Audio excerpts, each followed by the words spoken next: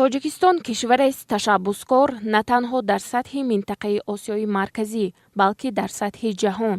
маҳз ташаббускориҳои президенти ҷумҳурии Тоҷикистон буд, ки бунёди байналмилалии ҳифзи пиряхҳо созмон ёфту бори нахуст дар таърихи башарӣ конфронси байналмилалии сатҳи баланд оид ба ҳифзи пиряхҳо бо иштироки роҳбарони давлатҳову сарони ҳукуматҳо, коршиносону донишмандони сатҳи ҷаҳонӣ аз 29 то 31 майи соли 2025 дар шаҳри Душанбе баргузор гардид. Тоҷикистон, ки худ кишвари кӯҳсору дорои беш аз 10,000 пирях аст, чӣ ниёз ва ё зарурате ба ҳифзи пиряхҳои ҷаҳонӣ дорад? Мушкил дар ин нест. Талош аз ҳама иқдомҳову ташаббусҳои ҷониби Тоҷикистон дар он аст, ки таваҷҷӯҳ ба масоили обу иқлим бояд ҷалб карда шавад ва хонаи ягонаи мо, сайёраи Замин, аз даҳшатҳои ғайримунтазираи иқлимӣ эмин бимонад. дар ин радиф, ҳифзи пиряхҳо ин ҳифзи ҷони садҳо ташналаби минтақаҳои хушки кураи Замин аст. дар ҳақиқат ҳифзи пиряхҳо ё ин ки вазъияти пиряхҳо хеле ташвишовар аст ва вақте ки ин масъалаи глобалӣ ба ҳисоб меравад ва вақте ки маҳз ҳаминро ҷаноби олӣ пешниҳод намуданд ва тамоми мардуми ҷомеа онро дастгирӣ намуданд ва олимони ин соҳа ҳаракат карда истоданд, ки онро ҳифз намоянд ва барои ояндаи на танҳо Тоҷикистон, балки ҷомеаи ҷаҳонӣ манфиати хуберо ҳам оварда бошанд.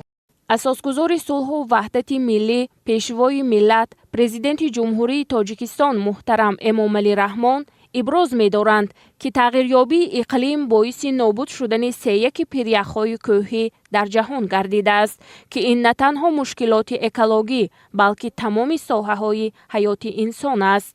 то имрӯз аз 14,000 пиряхи Тоҷикистон 1300 адади он пурра об шудаанд. аз ин рӯ зарур аст дар Тоҷикистон як озмоишгоҳи минтақавии яхшиносӣ таъсис дода шавад. яке аз калонтарин пиряхҳои минтақа, пиряхи Феченко, ки дар Тоҷикистон ҷойгир аст, то имрӯз беш аз 16 километри мукааб ҳаҷми яхии худро аз даст додааст. имрӯз аз ҷониби кишварҳои хориҷа, аз ҷониби чандин давлатҳо ба кишвари мо ташриф оварданд ва дар конфронси байналмилалие, ки дар шаҳри Душанбе баргузор кард, ҳамаи онҳо иштирок варзиданд ва ин ташаббус соли 2022 аз ҷониби пешвои муаззими миллат дар созмони милали муттаҳид пешниҳод гардид ва қабул шуд ва барои мо миллати тоҷик ифтихор аст, ки пешниҳоди мо қабул шуд ва баъд аз як солаш аллакай мо яке аз конферансҳои байналмилалӣ онро дар кишвар бо як сатҳу шукӯҳи хоса ва дар як сатҳи баланди олӣ баргузор намудем. воқеан имрӯз боиси ифтихор аст, ки дар мушкилиҳои глобалии ҷаҳон, ки норасогии об ва тағйирёбии иқлим ин яке аз мушкилиҳои ҷаҳонӣ мебошад, саҳми мо миллати тоҷик, саҳми пешвои муаззими миллат муҳтарам ҷаноби Олӣ Эмомалӣ Раҳмон назаррас ҳаст. дар ҷаҳони муосир яке аз масъалаҳои муҳим ин ҳифзи муҳити зист ба ҳисоб меравад. вобаста ба ин, дар фазои муносибатҳои экологӣ тамоми мушкилоти мавҷуда ба самтҳои алоҳида таснифбандӣ гардидаанд. миёни мушкилот ва муаммоҳои экологии замони муосир масъалаи обшавии пиряхҳо, ки ҳамчун захираи бунёдии оби ошомидании тоза ба шумор меравад, ба мушкилоти рақами якуми ҷомеаи башарӣ табдил ёфтааст.